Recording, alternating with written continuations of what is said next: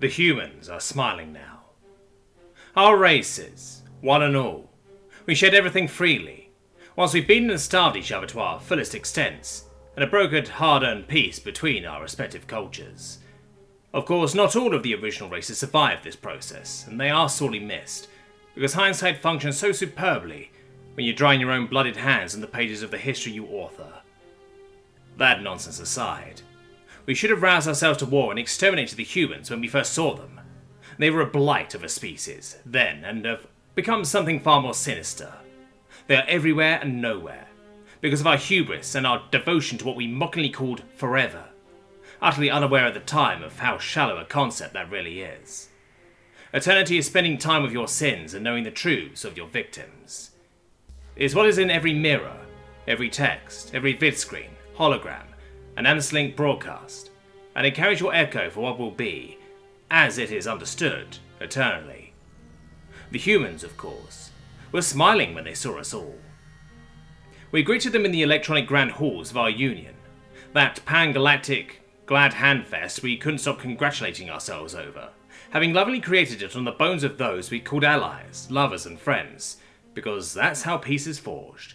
Or, at least, so we told ourselves. The humans taught us a very different degree of that lesson.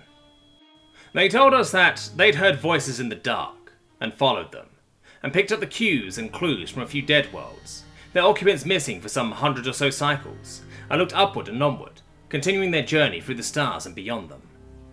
They pieced together ships from old battlefield wrecks we'd let lay fallow in countless spaces, never bothering to monitor nor track them, because when peace is free, the original prices paid for war are distant notions, at the absolute best. The humans were smiling so brightly when we told them about our miracles.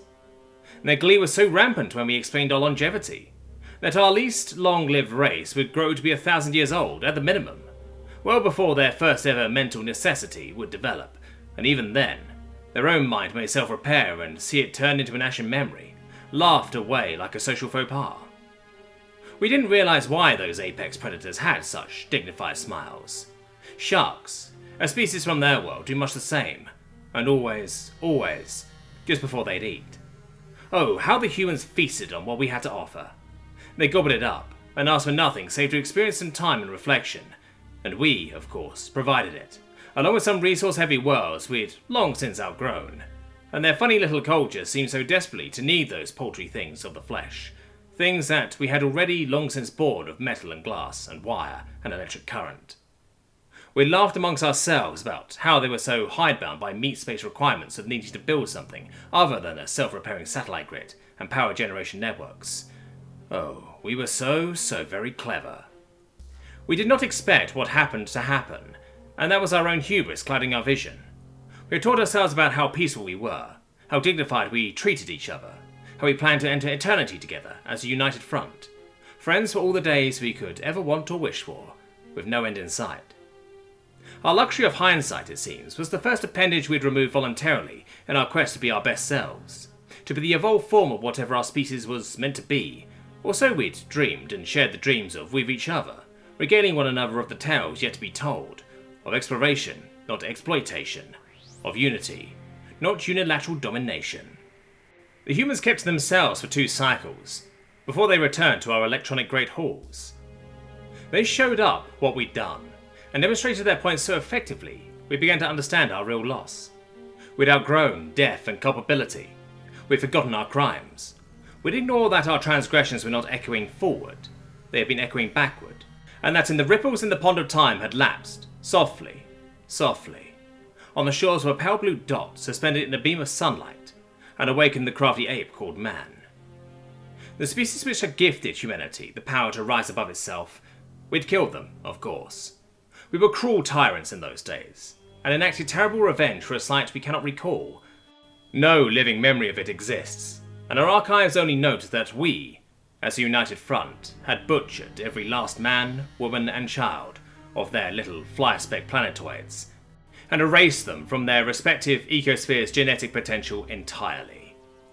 Because, of course, they had no place at our sides, and we'd have nothing beneath our feet but the skies, after all.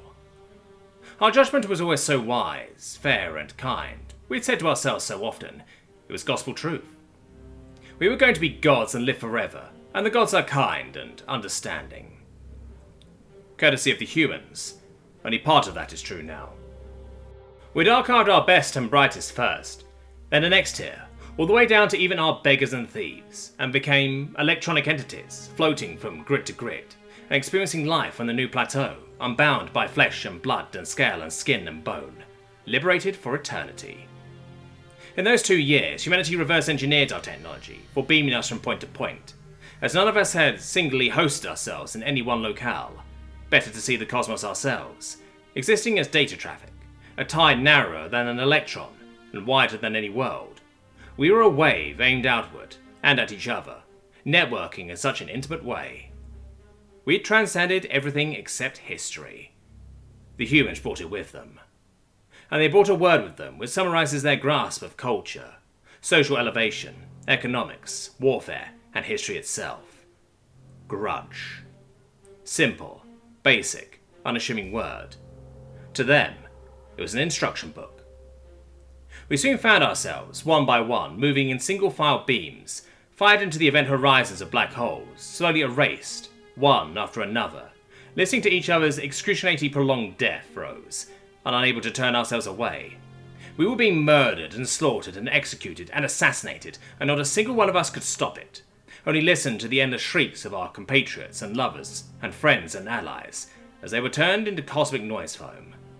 Our meat-space bodies, long since rotted and forgotten, might have prevented it. Maybe, if we'd had warships instead of electronic grand halls, we'd have had a chance.